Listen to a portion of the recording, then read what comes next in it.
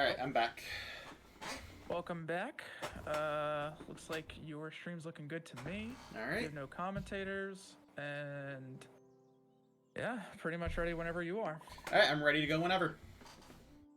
All right, give me 1 sec here. I'm gonna make sure everything's okay. And it looks like it is. All right, so gonna transition in 3, 2, 1. Hi everyone, and welcome to PHOGS. I'm going to be running solo any percent here. Timing's not going to start when I select a new save. It's going to start on the first input after that, so I'll select this and then give a countdown. So, 3, 2, 1, go. Alright, so we're going to start off with one of the hardest tricks in the run, and because of that, I'm going to have to explain movement in about 30 seconds. So, I control each head separately with one of the joysticks, and then I can also bark with either of the two bumpers with each head, which will get me a little height, but isn't really a proper jump button. Instead, it's just going to sort of pop us up a bit. And then I can also stretch with the left and right triggers. Sorry, I just realized I didn't have the ESA stream unmuted. There we go, I just went and muted that. My apologies. So we can stretch with the triggers to stretch us out, and we're going to use that. It's going to try and spit us out of the tube here. Very, very quick. And we're going to try and get back in, because this is the tutorial level. It's long. Come on. This is pretty hard. If you do this in a run, you basically, oh dear. You basically would reset this until you get it within, like, 3 tries. There we go. We're not out of the hard part yet, unfortunately. Now we're back in the tube. We now need to do a pretty difficult jump over an invisible wall. But we've done the hardest part. So we're just going to line ourselves until we can see ourselves, and then hop on out. Hopefully we got over. Yep, we got over. Very good. That's tutorial skip. That saves 3 minutes. Basically skips the entirety of the tutorial. Here we're going to stretch off this for a little corner cut. So the checkpoint trigger on this elevator is very, very big. Because of that, you can just get into it like that. Checkpoints are 1-head triggers, which means we only need to get 1 head in for it to activate. Some triggers in this game are 2-head triggers. The most notable examples, and they're going to be relevant for the very next level, is death planes and level exit triggers. So we need to get 2 heads into those triggers to activate them, and we're going to be exploiting that for both of those types of triggers in the next level. So get ready for that. So that's the end of the tutorial. I hope you learned a lot about the game. Hope it showed all the mechanics. We're going to quit to menu here, just to skip this cutscene. It's going to be something, whenever a cutscene plays on, like, entry to a location, you can usually leave and re-enter that location to skip it. And we're going to do the exact same thing here. We're going to go into our first hub world. There's 3 hub worlds, each with 7 levels. Kinda, we'll get to that. And then we're going to immediately exit to skip this cutscene, and we're going to wait 2.5 seconds here, or so, because the collision of that worm does not appear again until 2.5 seconds after you respawn. So you gotta make sure you don't jump in too early there, or else you'll just fall right through. And we're gonna go to our first sort of real level, Dreamfields. So, I guess not really a real level. If I do this right, it's gonna be shorter than the tutorial. So I don't know why it's a real level, but it's not a tutorial level. So we're gonna do a quick little micro-optimization here by cutting this corner, by just going over that railing. And then there's going to be a death plane stopping us from jumping off right here. And we're going to fall through it by having it so that only 1 head is in the death plane at the same time. So we're going to jump off in a very specific way that we kind of fall vertically like that. That way only 1 head is passing through at the same time. And this is the end of the level. So unfortunately we can't open this worm, but we can get into the trigger from below. But it is a 2-head trigger. But if you pause and respawn while you're in the trigger, then it won't remove the flag saying that you are currently in the trigger, so you can just go in a second time, and there you go, 2 heads are in, according to the game at least. And that's Dreamfields. Very, very fast level. So you might notice the sort of trend with this game is skip all the content. The end goal of PHOGS speedrunning is to completely remove all mechanics from the game. We haven't got quite there yet, but we are making progress. And this is sort of an extraordinary game in the sense that new tech is being found constantly. So basically every week there'll be some new skip. It was to the point where my original estimate for this was 155, and then I had to ask the marathon organizers to lower it to 140, and then I considered asking to lower it again because now my PB is a 118, and it can go down to a 112 if I do well. Well, unfortunately, I messed that up. But since we're behind, I think it was a good idea that I decided not to change my estimate. This is a really tricky skip. I'm probably going to mess it up a few times. It's the reason why I got this checkpoint right here, because the skip is hard. This is, problem is this tree is coated in like a very slippery slope. As you can see, it's sort of accelerating us. Ah, get back on! Yeah, there we go. So it's very hard to stay on there. And you can't really realign your angle once you're on. We just did an uppie there, so how that works is if we bark, or if we hold stretch and then we bark, we can sort of transition to height we would get from barking into that stretch and then gain a ton of height, which is very, very useful. Normally when you grab this moon, it's going to turn your head into a flashlight, which should respawn these light walls. But if you're already inside the wall when you grab it, it won't let you get stuck, so you can just pass right through it and avoid doing that puzzle right there.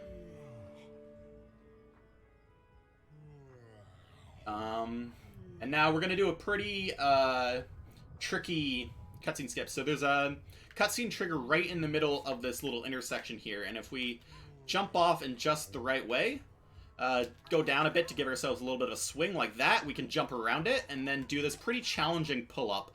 As far as pulling yourself up on ledges, it's very, very dependent on the geometry of the ledge, and you sort of have to learn a different setup for every single ledge. But we did that very well, and skipped the cutscene. And now we're going to do the exact same thing we did on Dreamfields, where we fall through a death plane. Luckily, this one is a bit more lenient. The death plane is much thinner. But it is much more punishing because the checkpoint is before that cutscene skip. So if we fail this, bad things are going to happen. So hope we don't. Looks good. There we go. Jumping up here. Up here, grab this moon. And we're about to be introduced to the main mechanic of this level that we skipped until now, which is alarm clocks. Alarm clocks are used to wake up worms, and they're also one of the best objects in this game, because that is the only alarm clock in this run that is not associated with a major sequence break. So, for example, this alarm clock coming up right here. First of all, we're going to skip a cutscene doing very much the same thing we did on the previous cutscene skip. And then we're going to get it stuck on the bed frame like this, and then launch ourselves over like so. Whoa, I went way too far. Okay, what's the best setup for this? How do I recover? I think you gotta, like, grab both of these alarm clocks. That's unfortunate. Ideally, I would have landed on that platform to the left, but I actually did the fling a bit too well. So I have to do some content here, unfortunately. My deepest apologies for that. Anyways, we'll wake this guy up to despawn this door. And we're more or less at the end of Readingwood, which is this level. We just need to do this final section here. So you just jump into this boat. The boat's only going to detect when an oar is moving backwards to decide if it should move forwards. So the optimal way to row this boat is to alternate directions like this. Because if you do it this way, then... Whoops! Why did I just accidentally pause and respawn?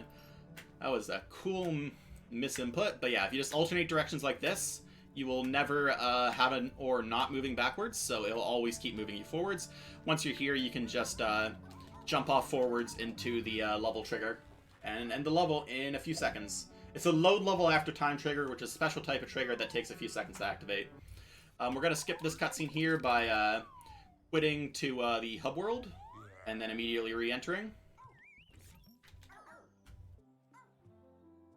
And we're going to move on to the third of 6 main levels of Sleep World, but it's actually going to be our final main level of Sleep World.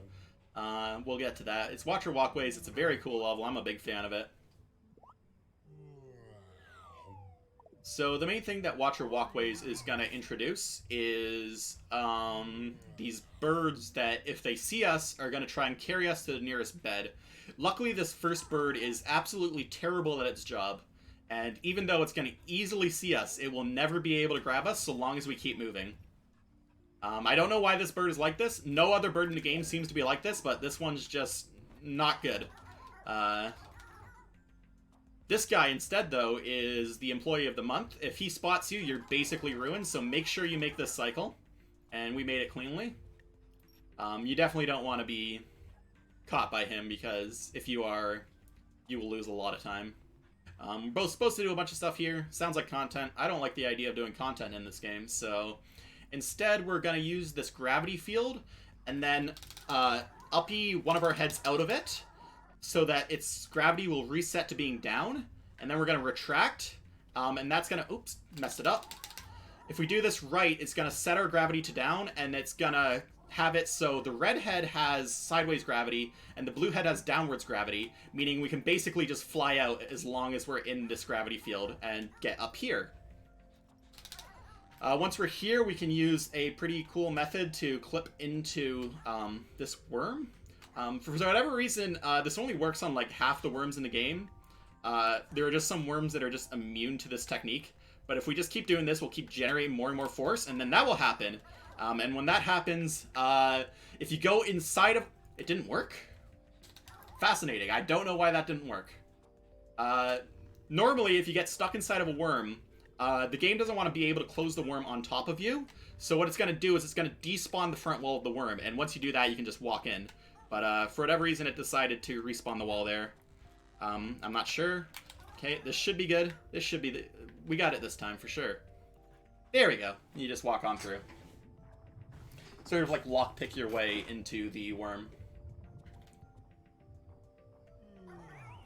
And we unfortunately do have to be grabbed by this bird because we're kind of on this lone platform here. There's nowhere else to go. So it's going to carry us up to the bed up here. And once we're here, we can respawn to just skip the end of the grabbing animation because there's a checkpoint there. Going to do a pretty tricky climb. Come on, come on, come on. There we go. Up that ledge. That's very inconsistent, but you just keep doing it until you get it. That puts you up on this wall.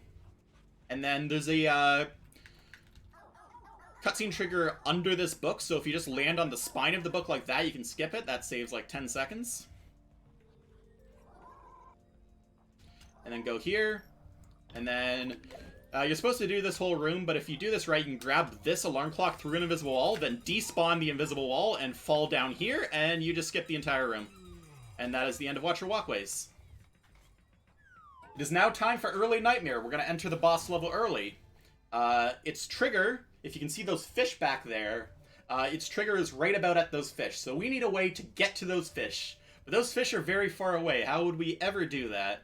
Well, you might see some alarms to the side, and as I said, every single alarm in this run is associated with a major sequence break. And the alarm over there is no exception. So we're going to do a safety strat here and enter this level, Sleepy Sneaky. We're going to immediately leave it. The whole reason I'm doing this is to set the checkpoint to be leaving this level. That way, if I do fail to skip, it takes less time to get back here. In normal runs, I wouldn't do that, but marathon is marathon. Then we have to do this little maneuver to get on top of this top wall here. Hold on. Okay. And then we're going to do a very challenging hover to get across over here. Grab this clock, and then trust your depth perception when you land here. Hope it's good. It's good today. Very nice.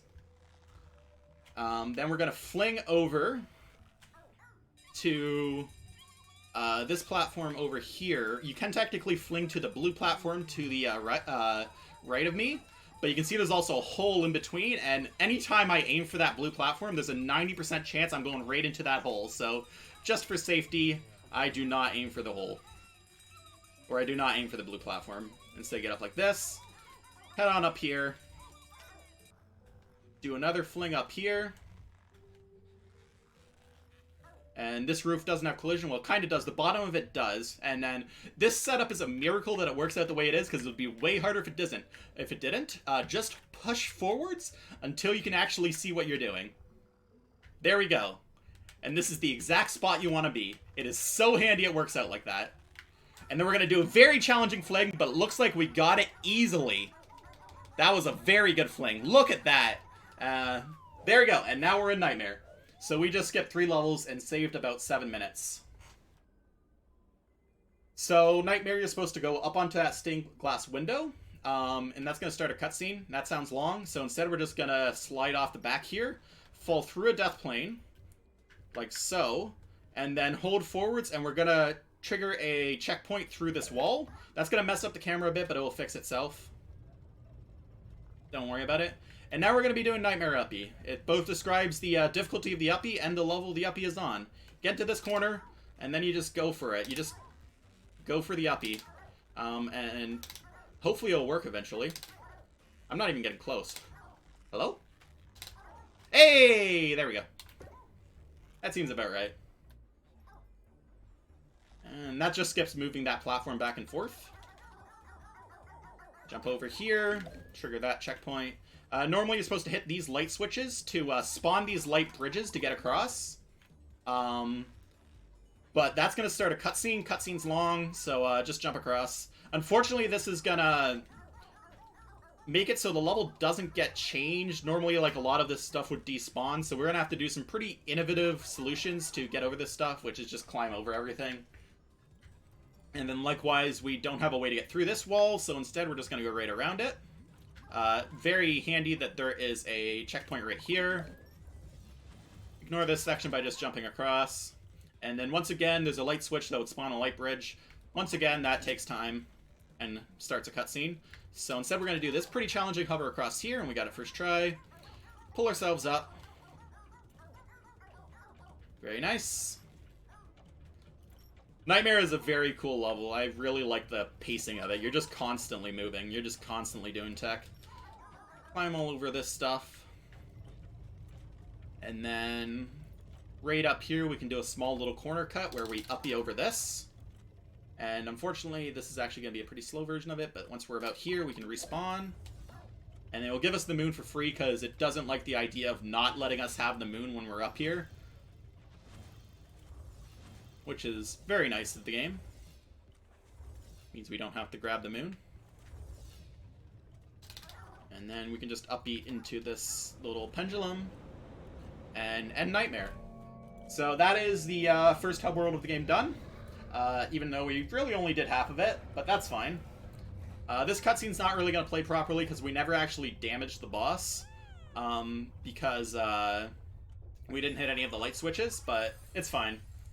Just imagine the sun's waking up and it's really happy, but you just can't see it behind this dude who's still perfectly fine. We're gonna quit the hub to skip this cutscene, and then normally a cutscene would play here, but because we only completed 4 of 7 levels, we don't actually get the flag to make this cutscene happen, which, honestly, thinking of it, makes it kind of a miracle that we can finish the game at all, because whatever flags we need to finish the game are still fine. So, if that was reversed, then early Nightmare would be completely pointless, because you would need to finish 7 out of 7 levels, but because this game's made of miracles, it's fine.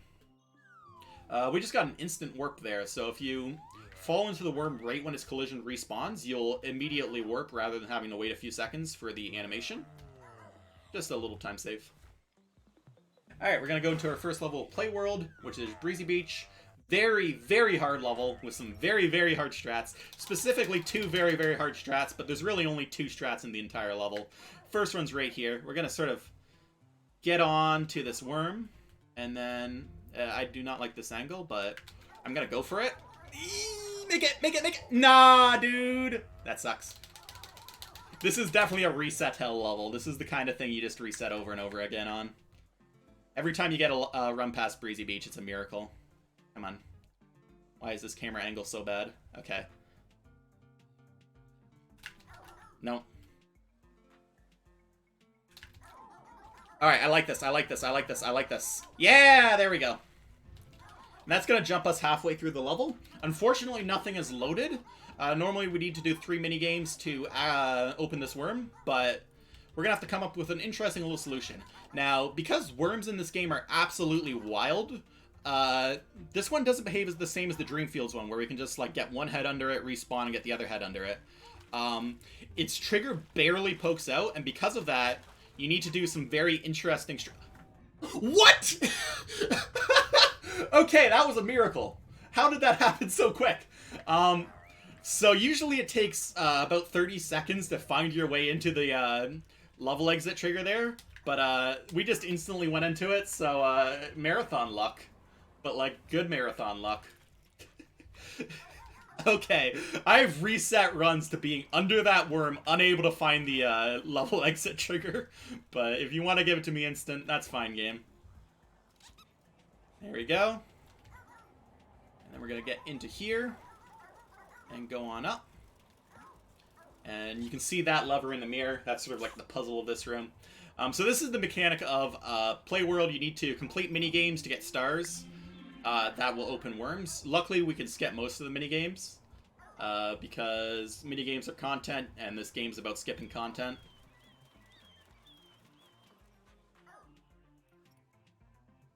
Alright, that was a kind of really good Breezy Beach. Was not expecting that. I'm quite pleased with that. So now we're going to move on to the next level of play. If you thought the very large skips in Play World were done, you don't understand how this game works.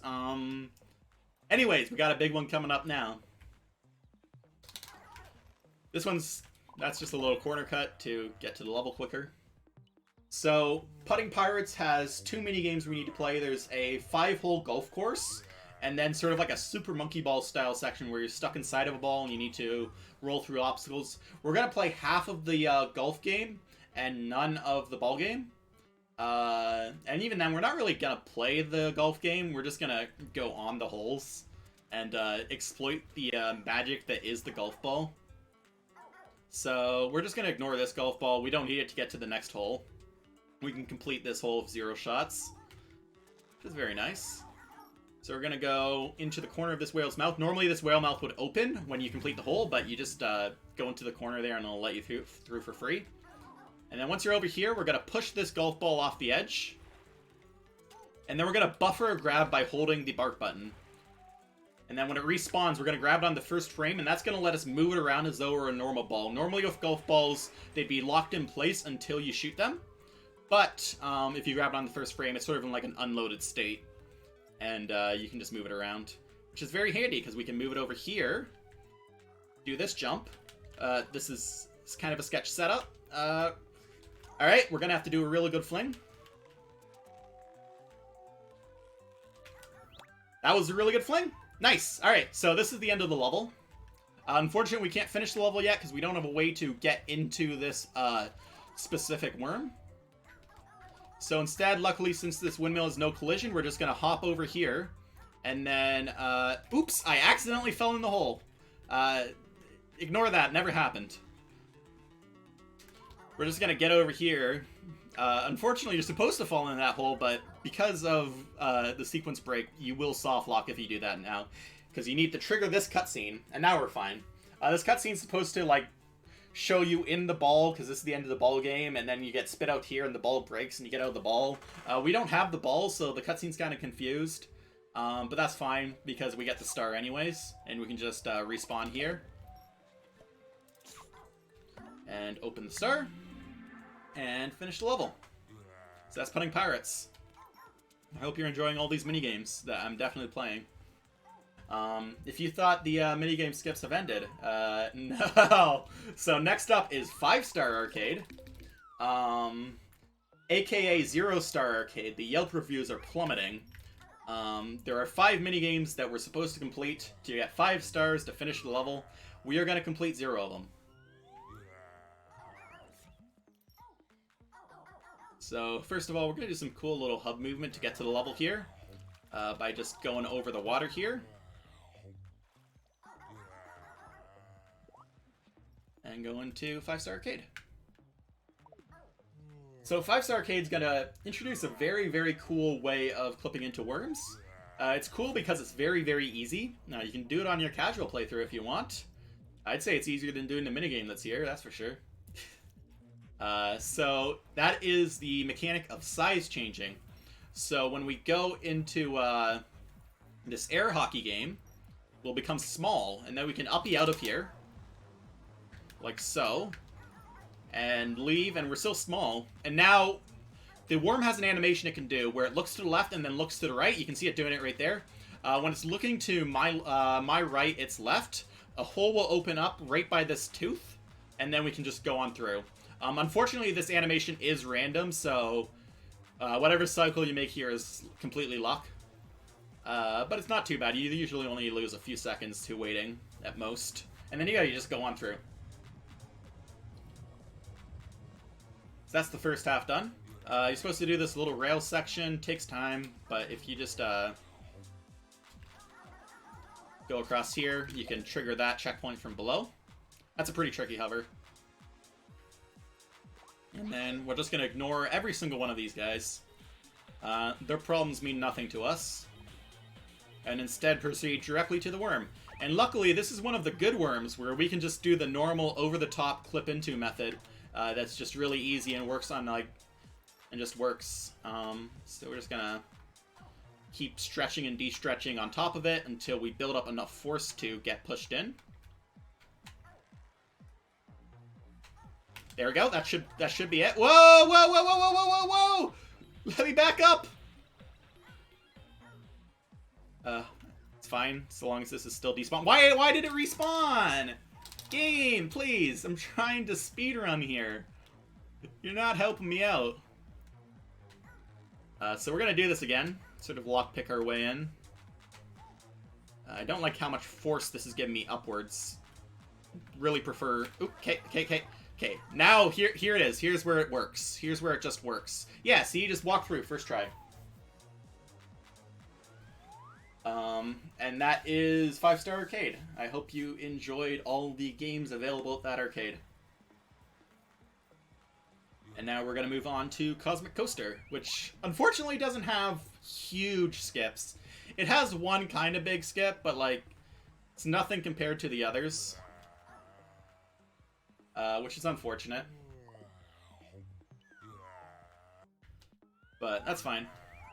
It's all good. So we do have to do this little rail section here. It's faster to grab with both heads, because then both heads push. We used to do this where we only grabbed it with one head, but it's actually a few seconds slower to do that. Once we actually timed it out and realized that it does, in fact, matter.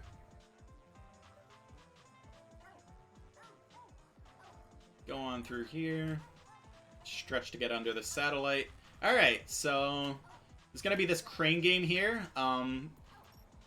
We can just ignore the crane game, because as you can see, this crane game is going to make us very, very small. And you know what being small means in this game.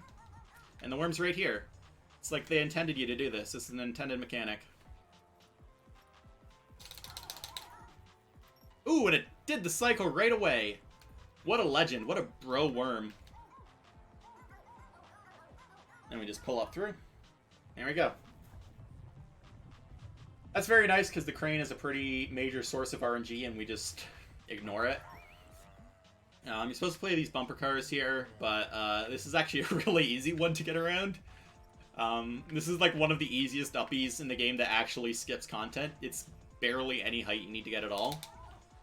You just go up here. And there you go. Up on through, you're supposed to grab onto that crane to move these boxes around to make a bridge, but you can just do this. Very handy. You can pull this lever to make a bridge to get across here, but that's going to start a cutscene.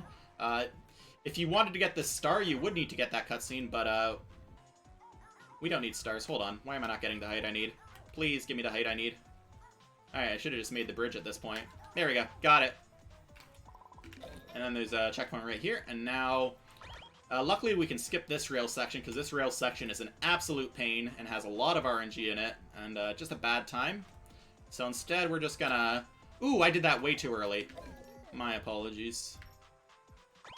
We're just gonna do that again, but better.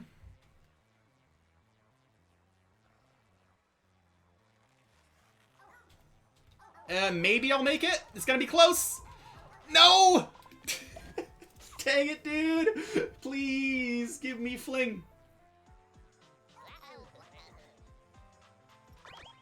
It's unfortunate. I'm gonna be honest.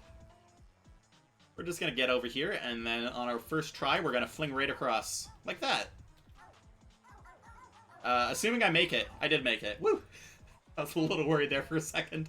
Luckily, there's a checkpoint right here, so now that we're here, we can't mess this up. Uppy over this.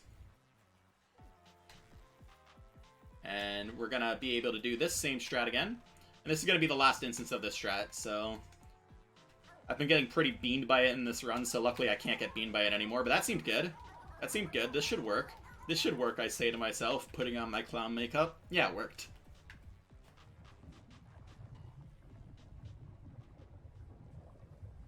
That is the end of Cosmic Coaster as far as, like, Cosmic Coaster actually having strats goes. At this point, it's basically an auto-scroller. You just hold forwards. You can sort of clip into the start gate there to get, like, a frame early, which is cool. But at this point, you're just holding forwards. There is a cycle here, but it's a global cycle that starts from the beginning of the level, so whatever we make here is just, like, dependent on how fast we did the level, so there's not really anything we can do at this point about it. 2 out of 3 is the norm. On bad days, you'll get a 1 out of 3, and on really good days, you'll get a 3 out of 3. But other than that, that's the end of Cosmic Coaster. You just get this star and enter the worm. Something that's interesting is that this platform does exist from the beginning of the level, and it does give you the star, meaning theoretically, if you could get over here, you could just finish the level, but it's hard to really show. This is very far away from the rest of the level, so that's unlikely to happen, but in my dreams, it's possible. And now we're going to be making our way to Magic Box.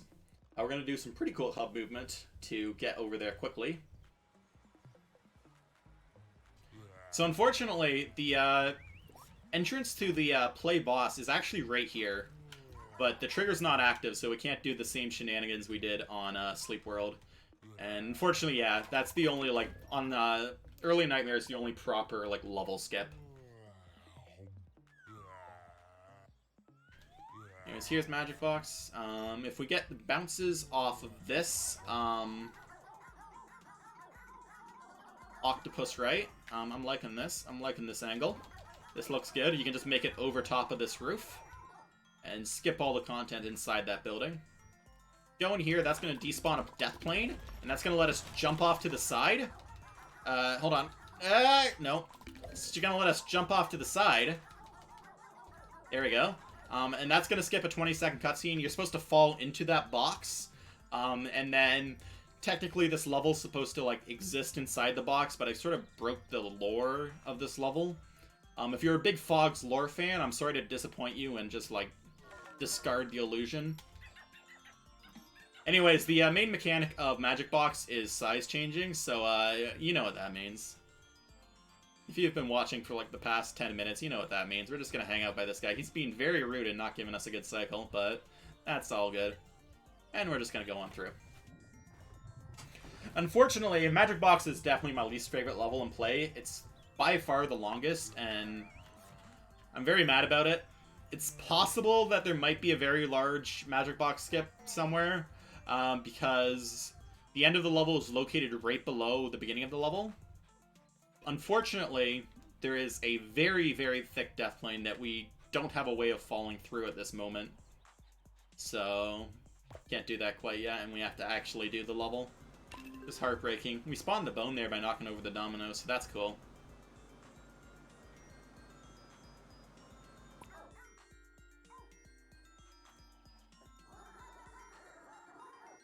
These gravity fields are very interesting. If you stretch while you're in them, you'll gain a lot of speed really, really quick.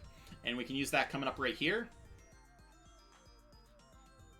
To go like this, and then stretch like this. And if we stretched it right, which, I think that's good enough. Yeah. Ideally, you could fling all the way to this elevator coming up here, but that's good enough. And then we'll fling inside this elevator to go up it really quick. And then we can land on this slope right here to just get a little speed boost from the landing. And then, whoa, don't fall off. Hello, uppy. I need to uppy up. There we go. Uppy up here.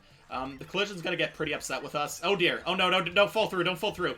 No. Let me out. Let me out. No, I need to go. Come on. Come on. It's fine. It will figure itself out.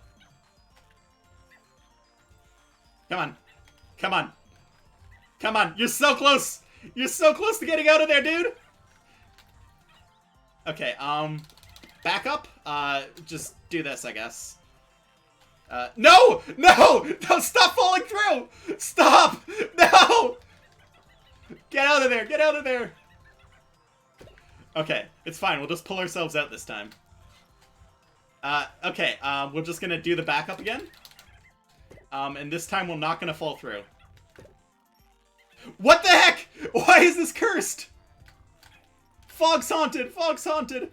Okay, so now what we're gonna do is we're just gonna ignore the, post and pull ourselves up the old-fashioned way because the game is extremely upset with what I'm doing right now, apparently. Alright, that was cool. First try. We're small right now, which means we can just wait for this guy. But he's not giving us a good cycle, though. I can blame myself for doing some pretty slow stuff there. There we go, he's giving it to us.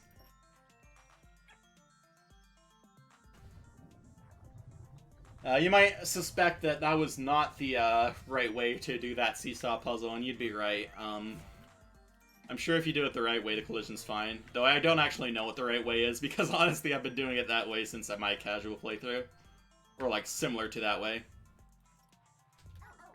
So, if you've been a child, you know how to play this game. Unfortunately, there isn't a square hole that we can fit every shape into. So we will have to put each shape into the right hole.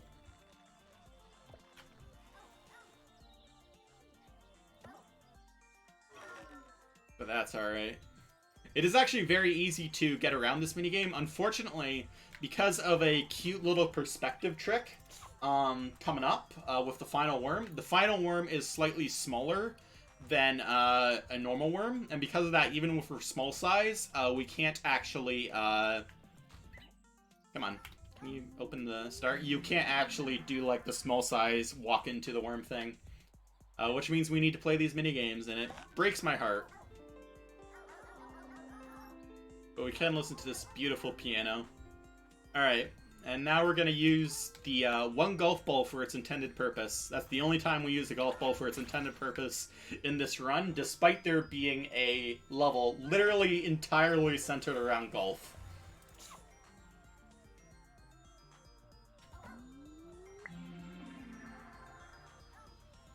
But yeah, this level is one of the major obstacles in way of the PHOGS speedrunner dream of skipping every single mechanic in the game. Because we are unfortunately doing many mechanics in this level. Truly heartbreaking. So yeah, you can see here, am I getting bigger? Or are these houses getting smaller? The houses are getting smaller. It's kind of a little obvious. And to sell the illusion a bit more, they made the worm really small too. Which is why we can't clip into it. Anyways, that is Magic Box. And now we're going to move on to the final main level of Playworld, which is Stationary Village. Stationary Village has a really cool IL route that I won't be showing off that saves about 1.5 minutes off of what I'm going to be doing. It has a final strat that is incredibly inconsistent, which is why I don't do it. But if you're curious about it, you can go... look it up and experience the Penguin Rodeo for yourself.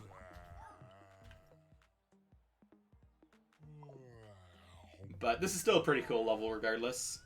We're going to immediately jump off to the side here to skip this slide. And we're going to land on the left side of the end of the slide so that we can go through what's called a glide zone right there. And what a glide zone will do is it will speed us up in the direction we're traveling. That's supposed to get you to the next section of the level really quickly, but we can use it there to just skip the next section of the level and go to the section after that. And then pull yourself up here. And make your way over here. And then... So the main mechanic of Stationary Village is a really cool mechanic that I wish was in more levels. It's only in Stationary Village and appears once in the final level of the game. At least as far as, like, the route, like the speedrun route for the final level of the game goes. It actually appears more times than that.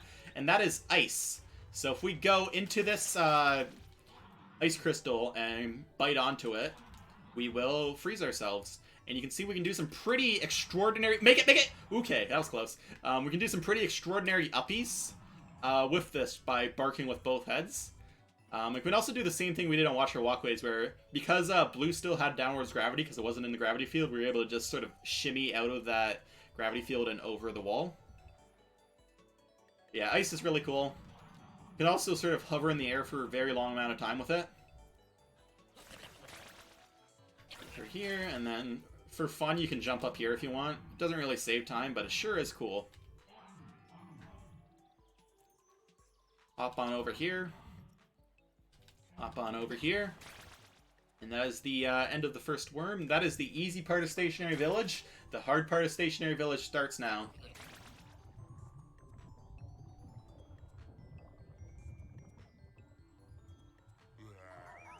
So, normally you're supposed to use a spinner on the right to turn yourself 90 degrees to get over this big gap. That sounds like content, so instead we're going to make this little hook shape and just uppy for our life, and we didn't even need the hook shape.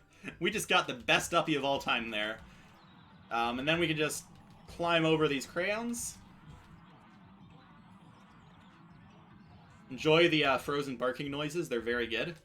And then, whoa, whoa, whoa, whoa, whoa, whoa, whoa, whoa, okay, okay, it's fine, it's fine, it's fine. Salvaged, salvaged. Okay, that was a little scary, but I salvaged it. And then we can respawn there, there's a checkpoint.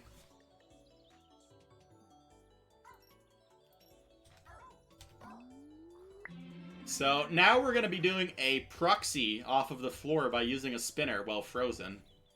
So, if we do this right, it will look really, really cool, and if we don't do it right, it will look kind of cool. So, worst case scenario, it still looks pretty cool.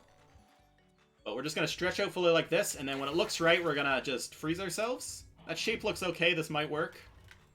And then we're just going to turn ourselves 3 times. Ah, unfortunate. Unfortunate. If we got a ways above that, I might have been able to do it, but I'll just be safe. If we got a bit more height, we would have been able to hover to skip this room right here. It's not a huge skip, and it's kind of inconsistent, but it does look cool, because you're just flying through the air. But it still looks kind of cool, so I'll hope you'll give me that it does look kind of cool. Here, checkpoint right here. Stretching this elevator for a bit of speed. And then stretch again for a bit of sideways speed. And if we do this really cool, we are just going to slam dunk into the worm. Yo! Ah! It hit the rim. But yeah, the problem with the IL route is we don't have a way to... We have a very complicated... We aren't able to open that worm. Which means we need to grab onto those penguins that were on the side there to sort of clip us into the floor and then pull us into the worm. It's extremely inconsistent, and I recommend looking it up on YouTube. Stationary Village IL speedrun. I have a video of it. But it's not something you can really do in RTA, though. Every once in a while I think about it, but it would sort of be... It's not something I can get consistent. It's something where it's like, it's just an added reset hell to the game. I don't know if I'm comfortable with that. Anyways, we're going to go into the boss level of play, which is Frederick. We're supposed to play 4 minigames here, but if we do a very precise skip that was found like 5 days ago, we can get away with only doing 1. So let's see if I can pull it off. So you're supposed to go into this wheel. It's going to select 1 of 3 minigames at random, though you do have to play all of them eventually. But we can actually trigger this wheel multiple times. Get this ladder out of the way. Hold on, this ladder's in like a really bad spot. I'm actually just going to toss myself off the edge here. There we go. And then we're just gonna inch up like this. That was a triple. Or sorry, a double, unfortunately. So we do need to play 2 minigames. Instead of just having to play 1. But luckily, we got the shortest minigame. So this will only take a minute. One of the minigames that we can skip takes 2.5 minutes. And we skipped that one, so that's very nice that we skipped that one. So this is like a little whack-a-mole game. It's very hard in solo because you have to coordinate these heads separately. Again, I'm controlling these separately with both joysticks. But you get used to it. Hold on, I'm not used to it. I lied. I can't wait till my run's optimized to the point where if I don't get the triple minigame skip, I reset. That means I never have to play this minigame again because I'm bad at it. I'm bad at especially at this 3rd phase. I always get like caught on stuff. In my defense, though, it is hard. No, I'm getting confused of where my heads are. There we go. Once you're here, it's easy. It's free now.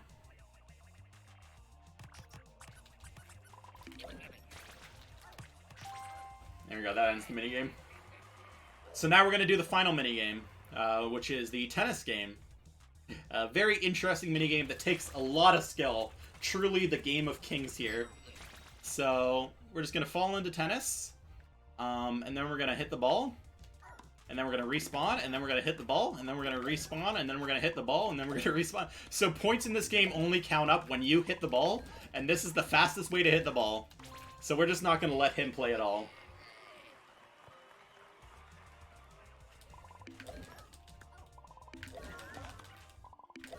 And then this is going to, like, introduce size changing, which is supposed to act as, like, power-ups and de-power-ups, but we can just ignore them by hitting the ball.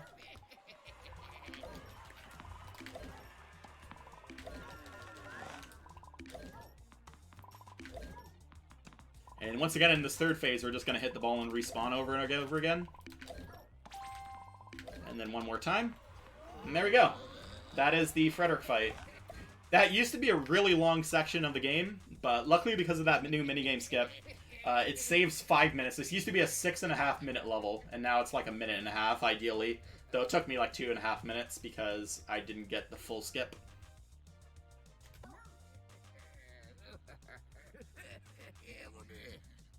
Anyways, after this cutscene, we just zap this guy a few times, bring him down to size.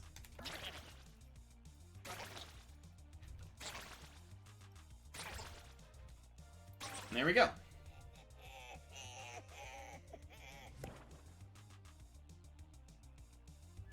Once that ends, we immediately quit the home hub, skip cutscene. And now this cutscene will play, so we do need to quit to menu and continue to skip that cutscene. And now we're going to move on to the third and final hub world, which is food. The 3 hub worlds are the 3 things that are most important to a dog. That is sleep, play, and food. So, once again, as with all the hub worlds, we're going to enter and then immediately exit. Something interesting is because every worm is different. Food worms, the collision reloads only after a second instead of 2.5 seconds like other worms, meaning you can just fall right back in like that without having to worry about whether you'll fall through the unloaded collision. Make your way to Junction Patch. So Junction Patch is going to introduce Jumpkins. They Jumpkin you. The one thing you do have to really worry about is getting stuck in Jumpkins. So you can see that the water will make them grow, and if they grow on top of you, it's very easy to get stuck in them, and you have to respawn. So you just have a few like safety strats to make sure that doesn't happen. Other than that, it's not too complex of a level. We're going to do a cool little climb up here. Normally you're supposed to push this melon and do all kinds of stuff down on the floor there, but jump over onto this broccoli, jump over onto here, do some like Counter-Strike surfing all over that collision, and make your way up here. And that just skips that entire room.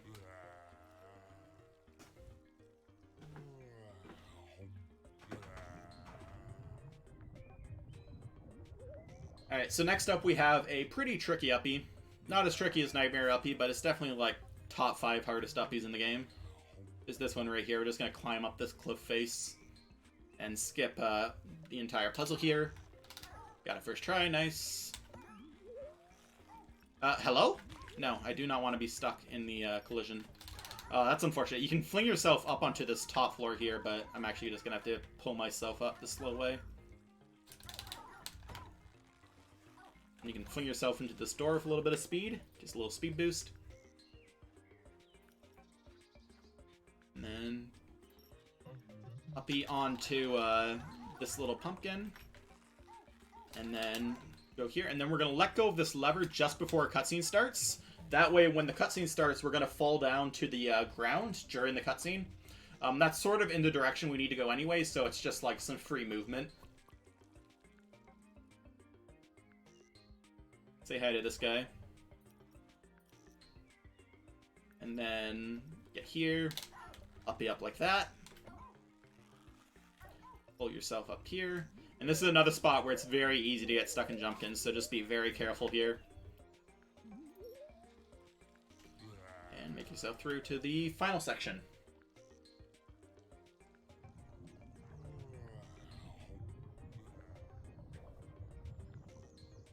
So now we're gonna climb over this strawberry here, which can sometimes be a bit messy, but other times goes fast. That went pretty fast. Go on through here, and once you're past this avocado, you're good to go. And then you're gonna upbeat onto the corn here. We're gonna do this to skip a cutscene trigger that is on the floor over there, and is a really, really long cutscene for some reason. It shows you like a full, like really slow pan of the entire room. Not something you want to watch. The cool thing about this game is that basically everything is a volume trigger, which means like more or less every single cutscene in the game is skippable, with the exception of a small few of them, which is always nice. It's been really fun to sort of like find ways around all this stuff. Sort of the strat hunting experience of this community has been like something really, really cool, because back when this like run was starting out, it was like literally every day there'd be some new piece of tech. And even now that people have been running the game for months, it's still like every week. And now we're at the phase where like we've gotten past all the easy tech, so now every time we find a piece of tech, it saves like 5 minutes or something. Which is very, very cool. But yeah, just finding strats in this game has just been a really, really neat speedrunning experience for me. Something I hadn't really done in speedrunning before, and something that I really enjoyed.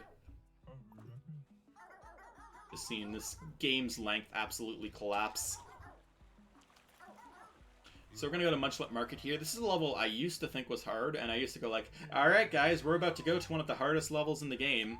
I don't actually think that's the case anymore. There's like one hard strat, and that's it. Otherwise, it's pretty tame. Though I will admit the one strat is hard, but I bring it on myself because the one strat is a strat that I probably shouldn't be doing, because I usually don't save time with it. But like every speed game, you have to have that one piece of tech that you don't do it because it's fast, you do it because it's cool.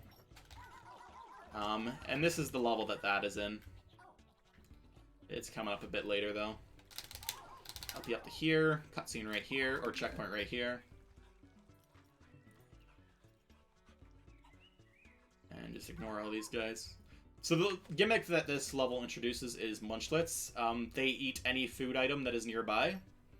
But we're gonna ignore them for almost this entire level, because we can solve the puzzles without them. Normally you're supposed to make them eat these jumpkins, but if you just get on top of them, you can avoid that. And that is the first island of Munchlet Market done. We're gonna make our way to the second island, and this is where the really hard skip is, about halfway through.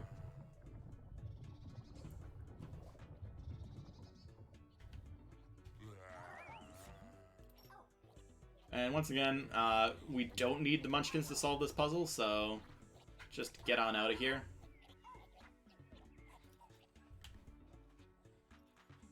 Something that's just funny about Food World is, by the time I got to this world in my casual playthrough, I sort of was pretty familiar with, like, speedrunning movement for this game, like uppies and stuff.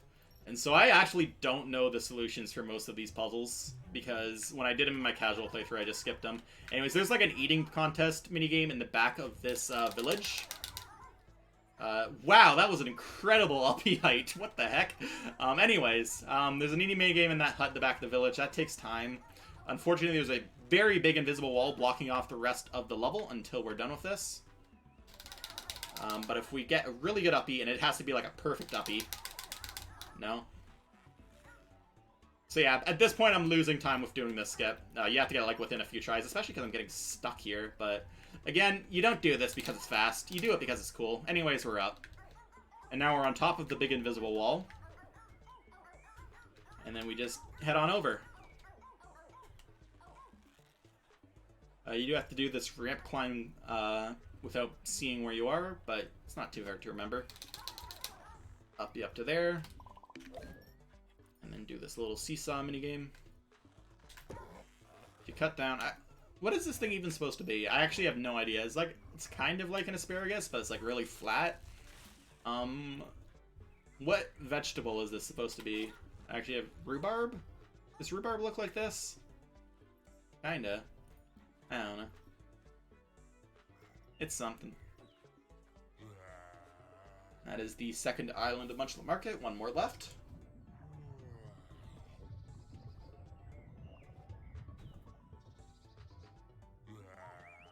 So there's very important tech here to, while you're doing this uppy, be pet by this guy. That's very important, not really for the run, but for your soul. If you don't get pet by that guy while you're doing that uppy, you're not playing the game right. That's for sure. Gonna go here, and then when we go to this section here, we're gonna buffer or grab into this cutscene. That way we're gonna be able to grab this thing here as soon as it spawns in the cutscene. Normally we wouldn't be able to grab it until this cutscene ends. And that's gonna let us get up here quicker. You can clip into this checkpoint from below. Now we're gonna move. This is the one part where we actually have to care about the munchlets. We're just gonna move them all so that they're all above this fruit. And then we're gonna sort of run defense by going into that corner. And you can just kite them. Like you're playing an MMO or something.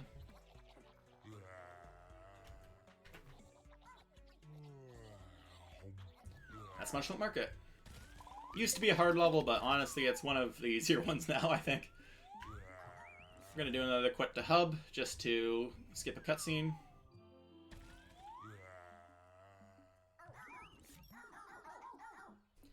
And make our way to the dessert section of Food World.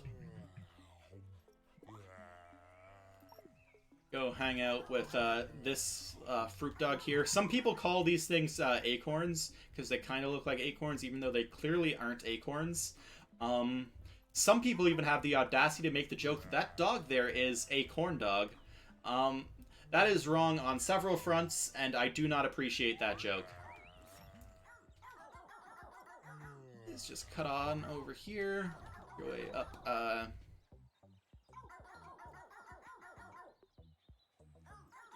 Up this.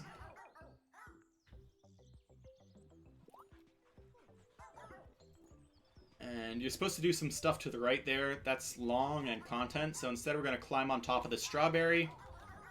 And then we're going to land on an invisible wall that's right here. And just sort of ride that along over here. And that's going to skip most of this first section.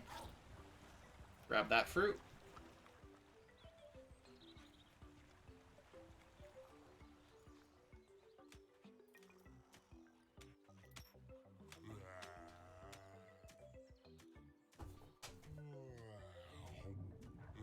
There we go.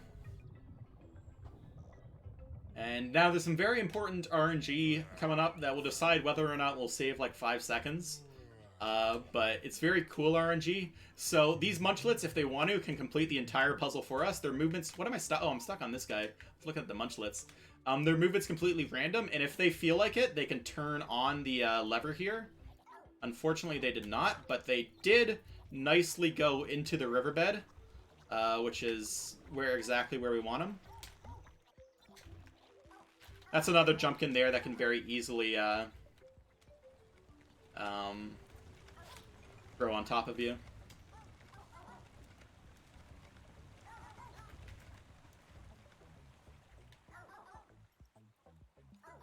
Just a question someone asked in chat regard to differences between the heads. The only difference between the heads is the control input you use, and I find most stuff easier with the blue head, which uses the left side, so I do most things with the blue head. Anyways, there's no collision there. Just go on through. We actually used to have a bunch of different strats for that section right there, and then we just... Johnimus found a strat where you just go through, and it's trivially easy. And all the cool, difficult strats we developed became pointless.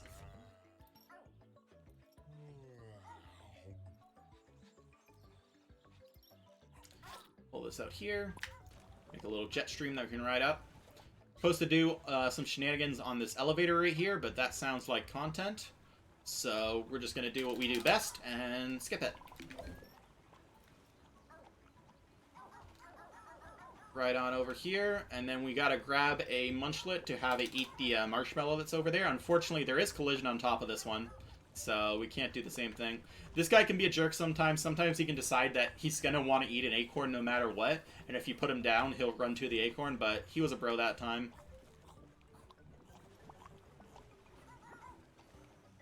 We're gonna grab this acorn here, and put it right next to...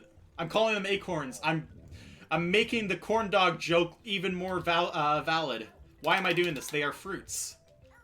You make jam out of them in a later level. I don't know what to say. It's a fruit. You might ask why we got our own fruit there, when there's one already here, and that's because it's buried in the ground, which makes it really hard to grab. So it's just much easier to grab that one since it's above the ground.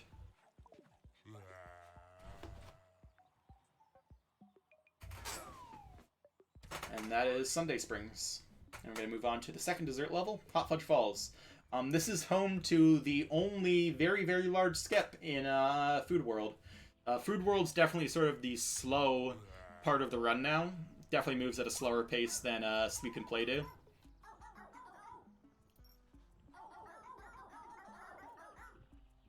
But this level is definitely an exception.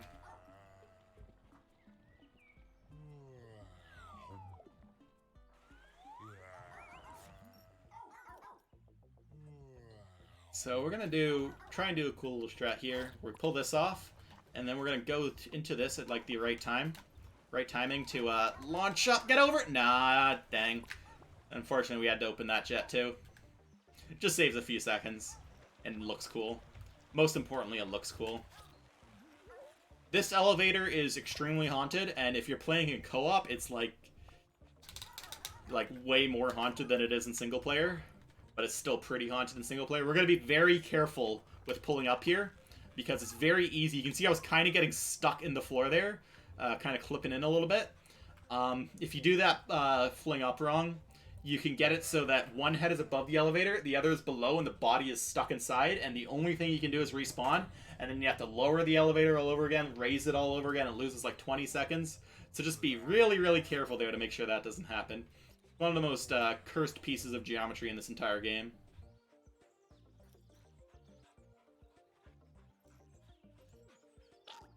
Get on over here, pull this out, and then right about here you can push it back in. You sort of want to time that so it's level, so you can just slide right on. I did it a tiny bit late, but it doesn't matter too much.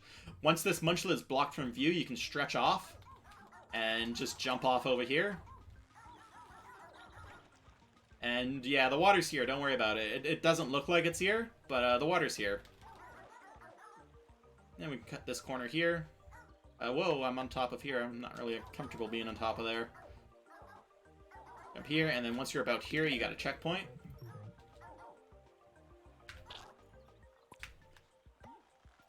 And stretch out. And that skipped a very large section of the level, where you have to make like some soup for an octopus dude. It's actually a pretty fun section.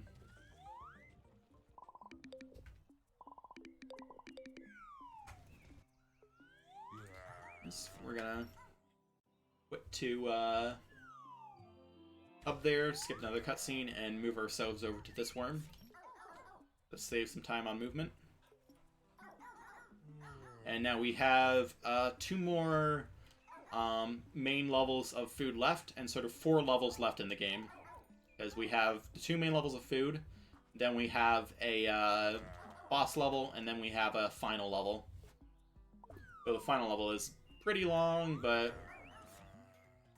it's supposed to be much longer than what we're going to do. We're going to start off here on Fruity Factory with this little trolley game, where we got to move it back and forth to power it. It is technically possible to fling from around right here up to the top of an elevator that's to the right there. It's extremely hard. I've done it like twice in my life. Not going for it. Bad strat. Don't do it. That does mean you do have to do this auto-scroller trolley section, so that's kind of heartbreaking.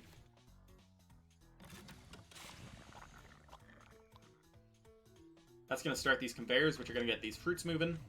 We're going to need 2 of these fruits.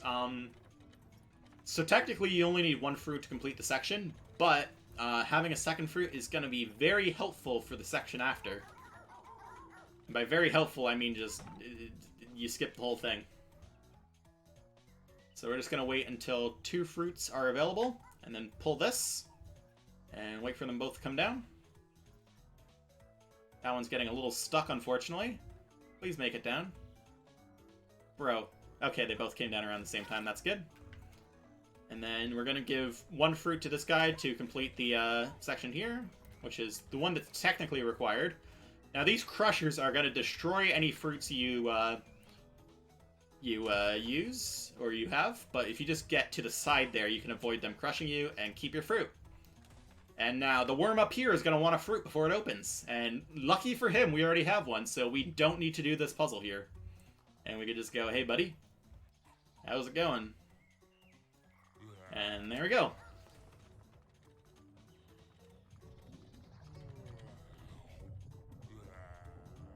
A fun PHOGS trivia fact. The checkpoint that's located right up here is named Sen's Fortress. I actually have no idea why that is, but in the debug menu, it's officially named Sen's Fortress right here. This is Sen's Fortress. Gonna move on over here. Oh, that was unfortunate. Ideally, I would get both heads up there. Usually, I'd get one. That time I got 0, so that was really slow.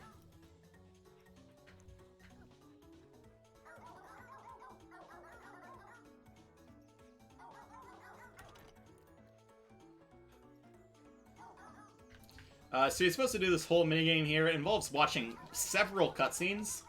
That sounds like a bad idea, so we're just going to go over here and go around. Turn on this water. Normally when you grab that pipe, it's going to start a cutscene, but if you let go of it as soon as you grab it, the cutscene won't play.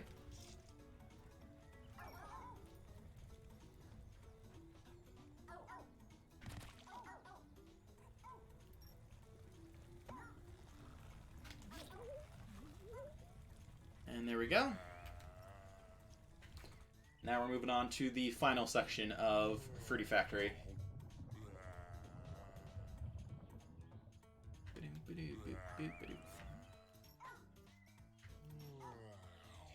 Go on through this tube.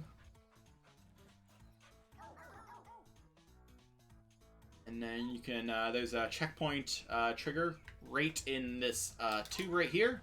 So just up into it and go in. There you go.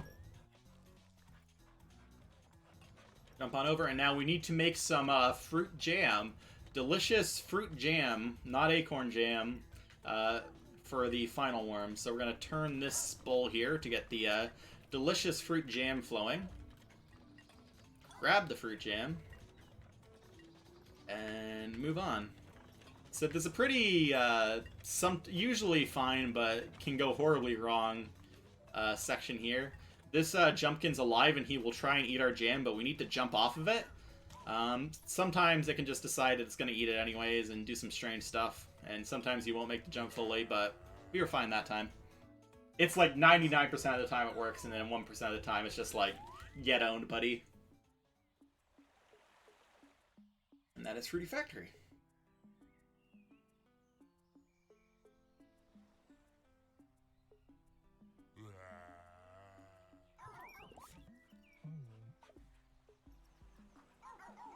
And we're going to move on to the final main level of Food World.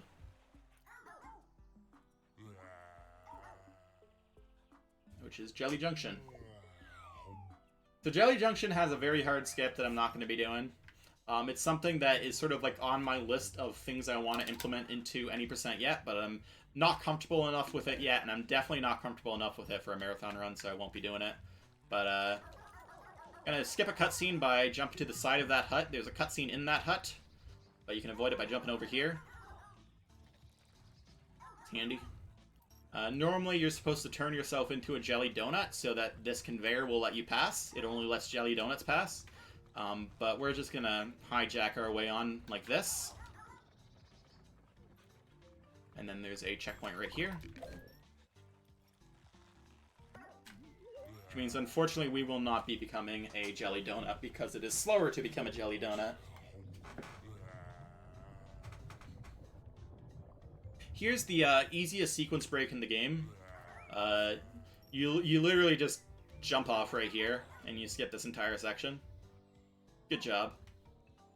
And now the time has come to decide if we've made a good cycle. So this is a global cycle, starts from the beginning of the level, and come on! Come on! No! Oh! Look at this, look how long we have to wait! No! That cycle it will never not torment me. So if you're just off by a tiny bit, you have to wait like 6-7 seconds. Truly, truly heartbreaking stuff. That's fine. Now we just hang out by this guy until the jelly mold is here. And he goes, oh, thanks, buddy. And fall on in. So it is now pizza time. I see people getting hype for pizza time in the chat. The hype will now pay off. So technically it's possible to skip this pizza, and it will save about 1 minute and 15 seconds. It is extremely difficult, and not something I'm doing in a marathon. So, first step, we gotta make the sauce. So we gotta cut the tomatoes. 1, 2, 3, 4, 5, 6. Unfortunately, we didn't get any oranges in there, so the sauce isn't that zesty, but it's a perfectly functional tomato sauce. There's a lot of fun little, like, RNG food items that can go into this pizza, but I'm not going to get any of them in if it's going to mean losing time.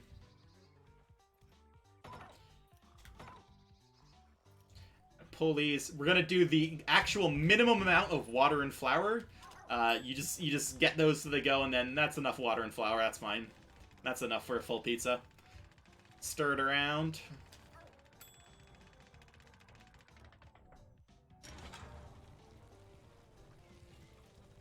And that's going to spit out our dough.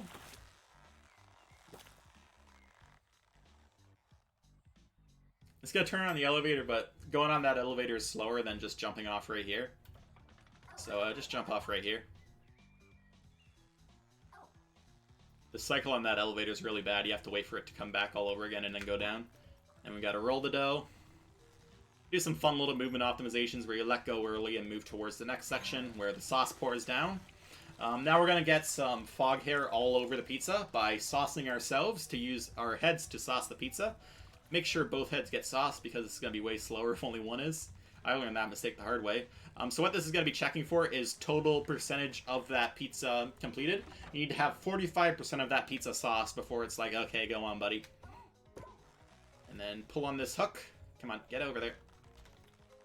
And now we're going to fire our toppings at the pizza. Tomato, cheese, cheese. That's very disappointing. Very boring pizza. You can get pineapple, and I always want to get pineapple in marathons because, like, you get to see chat go ballistic because turns out pineapple on pizza is actually pretty good, but some people get mad for some reason. Don't know about that, but yeah.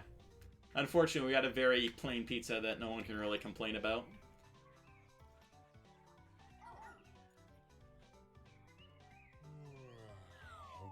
And that is the final main level of Food World. And now we're going to go to the boss, which is Tony. Tony is the shortest boss in the game. Coming in at a hot 45 seconds if we do this right. And most of that time is spent waiting. So actual, like, gameplay is less than 45 seconds. So, there's a load level after time trigger in that pizza box. You just need to go inside and then it'll get you through here. And then this is the waiting part. We just sit here until it spits us out.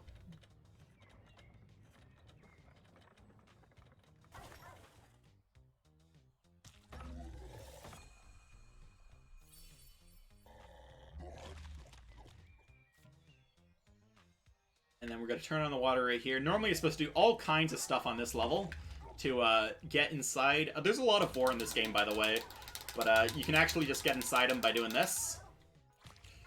Jump over some death planes. Then you can use your emotes to figure out where you are, and then grab onto the munchlet that's in there, and that's Tony. Look at all the platforms here. That's part of the level that we totally did. Look at all that content we just skipped.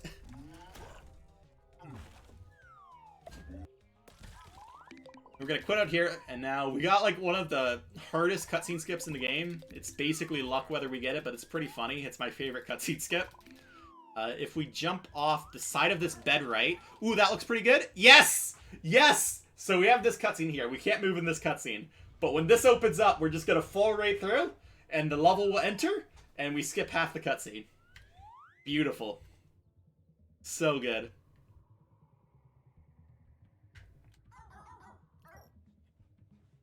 And now we're in the final level of the game. There's about like 6 or 7 minutes left in the game. This is Lost Temple.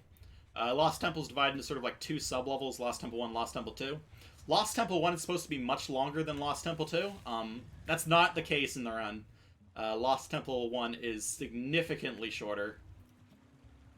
Because we basically just straight line to the end of the level. So, first thing here, the checkpoint trigger for sort of the middle section of this level is very big. I think it's the largest checkpoint trigger in the game, but though that might not actually be true. Regardless, we can just jump into it like that, and then we get it. You just skip doing that entire puzzle.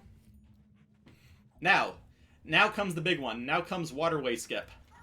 This is like the first big skip I found in the game, and it's still one of my proudest achievements in this game is finding this skip.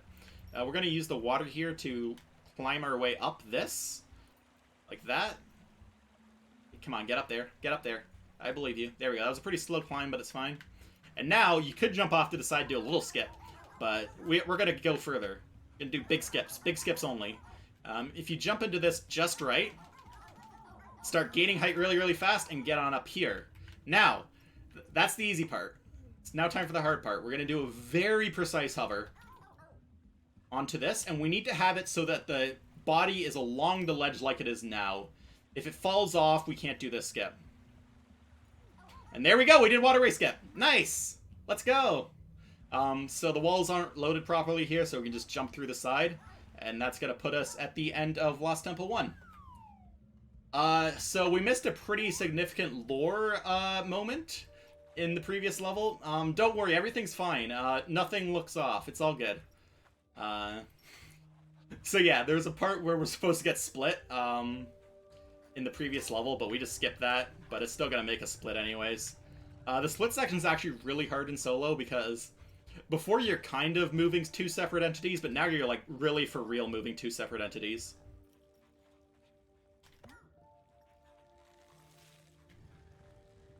There we go. Grab this ball. You can see I'm just grabbing onto like the end of one end. That's one, just because it helps for that section to have like a bit of an anchor, and 2 because it just makes movement a lot easier when you don't have to worry about 2 different entities moving around.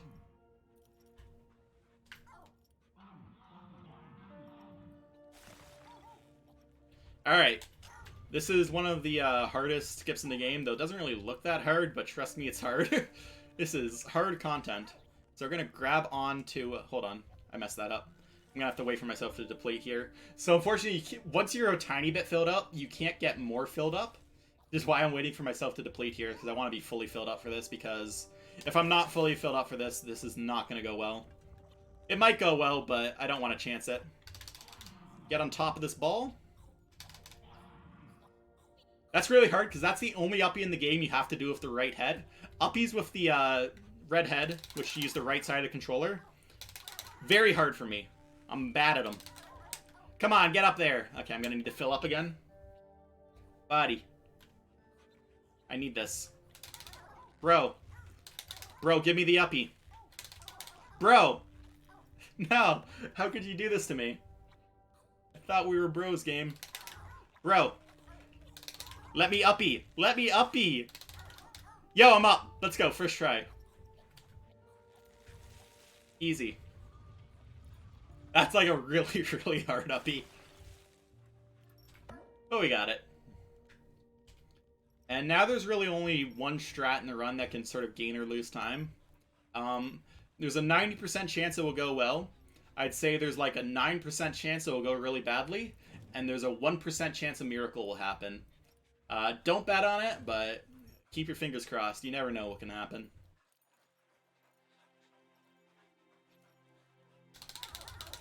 We're just gonna... So normally you're supposed to reconnect there, but we can just respawn there in the checkpoint and it'll reconnect to us for us. The problem with that is that skips a cutscene and also skips the music trigger for the next section of the level. It's supposed to play some pretty hype music after you get reconnected again. We do not have that hype music. So I hope you enjoy silence for the next couple of minutes.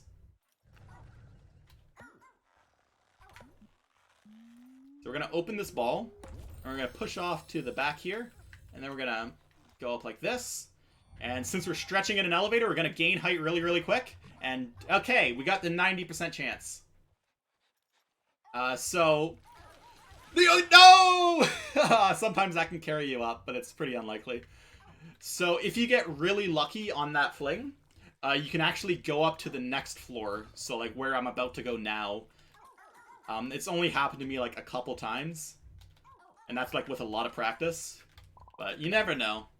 I thought, you know, it's a marathon. You never know. It might happen. Yeah, so that checkpoint trigger pokes through that puzzle. So you can just skip that puzzle. And this is sort of like the end of the run as far as meaningful inputs go. We're just going to watch this cutscene, and then we're going to walk forwards into this white light. This white light is a metaphor for whatever you want. Read into this. The PHOGS lore is very open to interpretation. It's kind of like Dark Souls in a way. We're just going to go through, and then we're going to be able to start a cutscene here that will awaken our Pillarmen dog friends here. They might have seen in the hub world just going around. But yeah, now there's sort of just like a minute and a half left in the run, but there's nothing we can do to really speed this up. So I'd like to give a quick thanks to just this whole community, Author Blues and Great Gildersleeves for sort of running this game on a very high level started. Just finding like the first few big skips to like really make this into a really cool run. Shout out to Kallimog for making the training mod that we use. It's been so useful for finding skips and just really tearing this game down. Shoutouts to RareLike for being a great co-op partner and also introducing me to this game. And anyone else in the community that has contributed to the run. Jonimus, Steve TV Online, others. It's really been a fantastic experience running this game. I think it's a truly special speed game. There's just so much tech and so much is constantly being found. It's really great. Anyways, time is coming up here at the end of this cutscene. Once the credits...